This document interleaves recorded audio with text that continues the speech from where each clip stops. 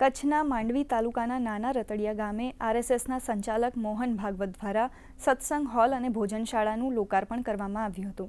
ભાગવત કથામાં દાતા અનિલકુમાર પેથાણી પરિવાર દ્વારા ભોજનશાળા બિલ્ડિંગ તૈયાર કરાઈ હતી। હંસાબેન સંઘાણી પરિવાર દ્વારા સત્સંગ હોલ અને વિશ્રામ ગૃહ બનાવી આપવામાં આવ્યું હતું। તેનું જગતગુરુ શંકરાચાર્ય સ્વામી વાસુદેવાનંદજી મહારાજ દ્વારા લોકાર્પણ કરવામાં આવ્યું હતું।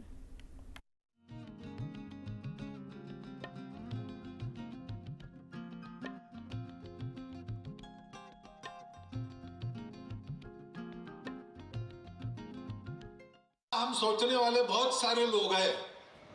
वहां समाज के नाते एक बात देखना कि मंदिर, पानी और स्मशान सब हिंदुओं के लिए समान रहे।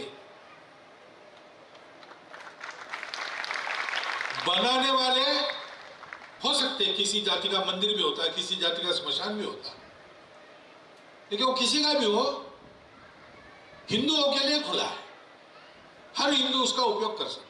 आखा कार्यक्रमना दाता स्वर्गस्थ मणिशंकर वीरजी पेथाणी परिवार हस्ते अनिल कुमार मणिशंकर पेथाणी कारा ज्वेलर्स दुबई ना सहयोगथी જ્યારે આ કાર્યક્રમ થઈ રહ્યો છે એમાં આજ રોજ મોહન ભાગવતજી ખાસ ઉપસ્થિત રહ્યા હતા અને ધર્મસભાનું પણ આયોજન કરાયું હતું। આ કથા દરમિયાન સત્સંગ હોલ અને ભોજનશાળાનો લોકાર્પણ પ્રસંગે પણ મોહન ભાગવતજીએ હાજરી આપી હતી। એમના કરકમલો દ્વારા આજ રોજ લોકાર્પણનું કાર્યક્રમ કરાયું હતું।